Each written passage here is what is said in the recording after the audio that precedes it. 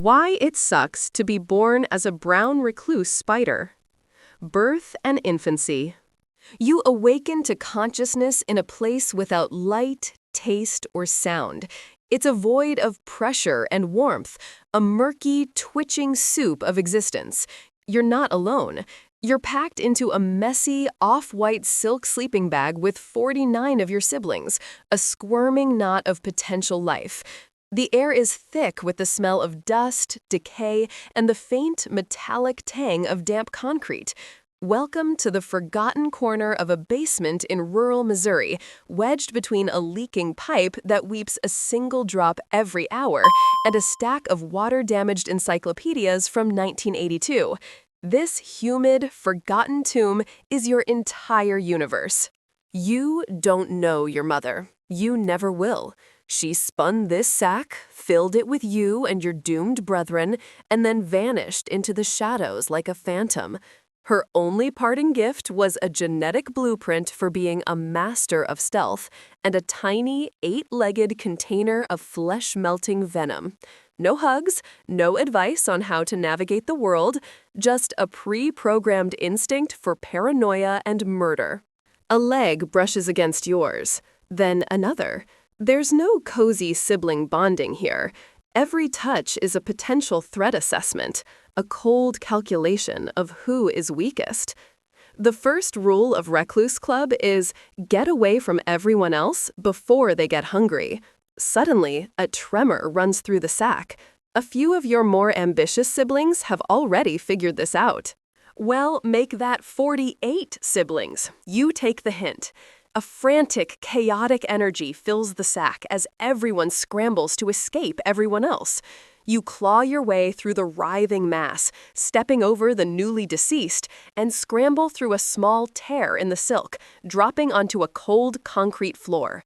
The world is a terrifyingly vast expanse of gray, a brutalist landscape of giants and shadows stretching into an infinite, unknowable darkness. The sheer scale of it paralyzes you.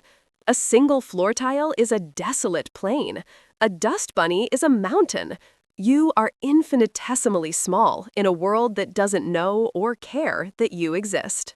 Early development. For the first few weeks, you're a ghost. You're tiny, pale, and so translucent you're barely there. Your main activity is hiding and trying not to become a snack for the apex predators of this realm.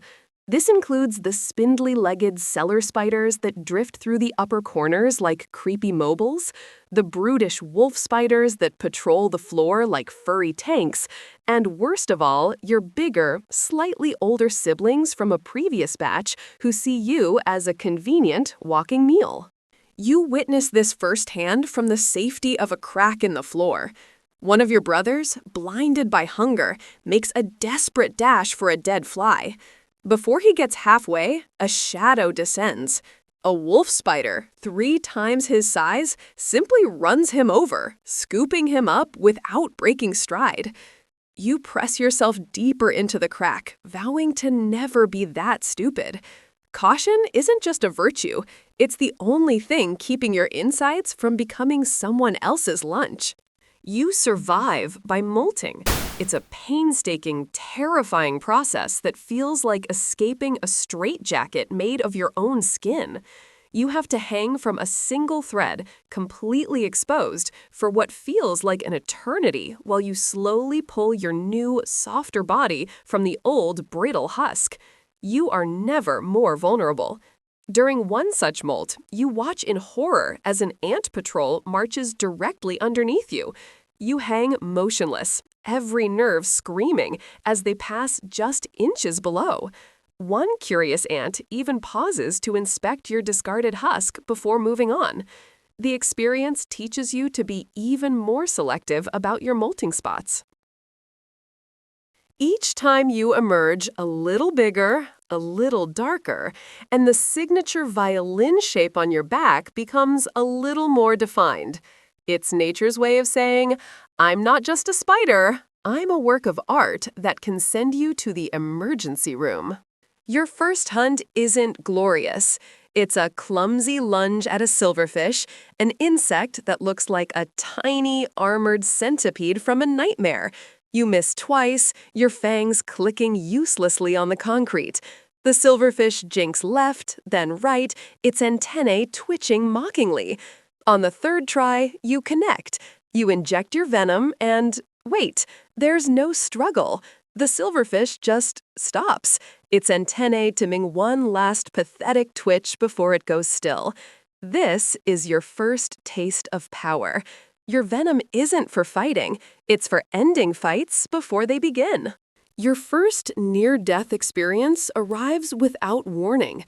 A blur of legs and antenna flashes past your hiding spot under a paint chip.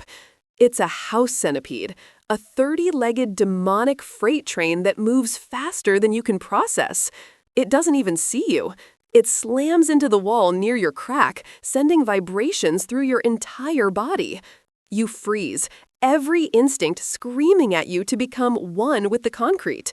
The centipede untangles its horrifying yellow-striped legs, its antenna whipping through the air, and sprints away into the gloom. From that day on, you perfect the art of absolute stillness, a skill that will define the rest of your miserable life. Teenage phase. You're a teenager now, which for a recluse means you've successfully avoided being eaten for a few months. It's time to move out of your parents' basement. Wait, you're already in a basement. It's time to find your own piece of the basement. After a week of careful, terrified scouting, moving only in the deepest shadows, you find it. A glorious, undisturbed cardboard box full of old tax receipts and the single mummified mouse. It's a fortress. It has walls, a roof, and countless dark corners. It is paradise. You don't spin a proper web. That's for show-offs like orb weavers. You create what's more like a silk hammock, a messy, chaotic tangle that serves as your tripwire-laden bachelor pad. It's less a trap and more an early warning system, a silken alarm that tells you when dinner or death is walking by. You spend days meticulously laying down threads, creating a three-dimensional map of your new home that only you can understand. Life is a simple routine of hiding, waiting, and occasionally sprinting out to murder a passing cricket. But one day, you get ambitious. From your box, you spot the holy grail of basement prey, a camel cricket. It's big, it's clumsy, and it looks like a science experiment gone wrong. Its legs are too long for its body, and it jumps with a reckless abandon that offends your stealthy sensibilities. This calls for a heist. You spend an hour mapping its patrol route from the box flap. It has a pattern: 3 hops toward the water heater, a long pause to clean an antenna, then 2 hops back toward the encyclopedias. The plan is perfect. You'll drop down as it passes underneath for the second time. The execution, however, is not. You make your move, rappelling down on a drag line, aiming to land on its back like a tiny, 8-eyed assassin. But you miscalculated its raw, chaotic power. The moment your feet touch its exoskeleton, the cricket freaks out and leaps straight into the air, taking you with it. You're clinging on for dear life as it bounces erratically across the basement floor. You're rodeo riding a monster. It slams you into a paint can, then a pile of old newspapers. Finally, it scrapes you off against the leg of a humming washing machine. You fall to the floor, dazed and humiliated, as the cricket bounces off into the darkness. You decide to stick to pre-approved weight classes from now on. Adulthood and mating. Congratulations, you've survived a full year. You are now a fully fledged adult, a silent, violin-backed bringer of doom. You are the reason humans check their shoes. Your life is solitary, and you like it that way.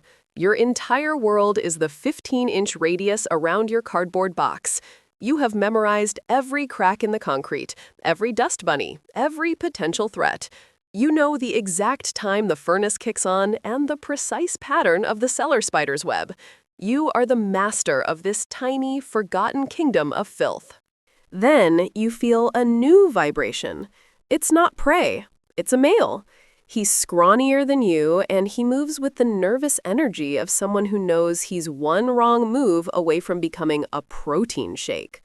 He taps on the floor, a clumsy drum solo meant to signal, friend, not food. You don't move, you watch.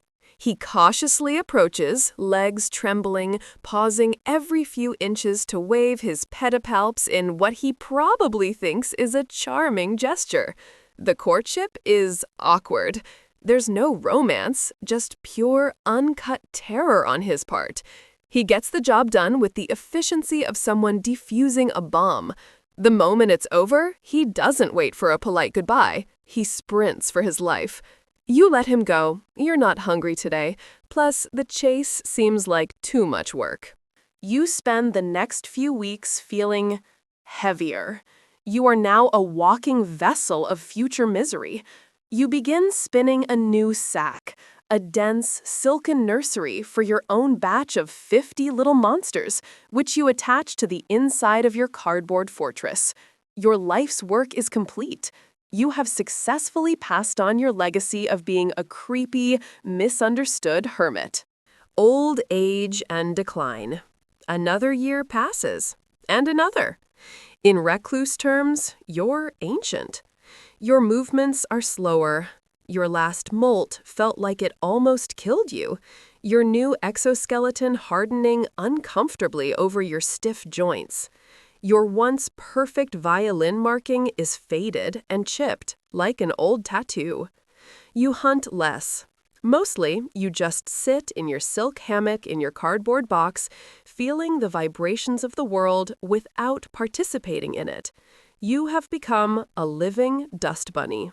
Your reflexes, once sharp enough to dodge a centipede, are now just sharp enough to notice the cockroach after it's already passed you by. A younger, more arrogant wolf spider has moved in near the drain, and you do nothing. You watch from your box as it devours a cricket that should have been yours. Your territory has shrunk from the box to just the inside of the box. The world is closing in. One day, a small flood comes from the leaking pipe. The rising water forces you to abandon your fortress and retreat to higher ground on the encyclopedias. You spend a week stranded there, watching your old home get ruined before the water recedes. It's a profound violation of your carefully controlled world. The inevitable death. One day, the world explodes. The basement door flies open, flooding your dark world with a blinding, painful light you haven't seen in years. The box you have called home your entire life is lifted into the air. You tumble out, exposed and blinking, onto the floor. A giant creature with 2 legs lets out a deafening shriek. It's the landlord, here to clear out the basement after the previous tenant. Well, you know. You're paralyzed by the sheer sensory overload. The light, the noise, the horrifying pink flesh monster towering over you. You try to run, but your old legs won't cooperate. You manage a clumsy, arthritic scuttle, but it's no use. A shadow falls over you. It's vast, dark, and smells faintly of rubber and desperation.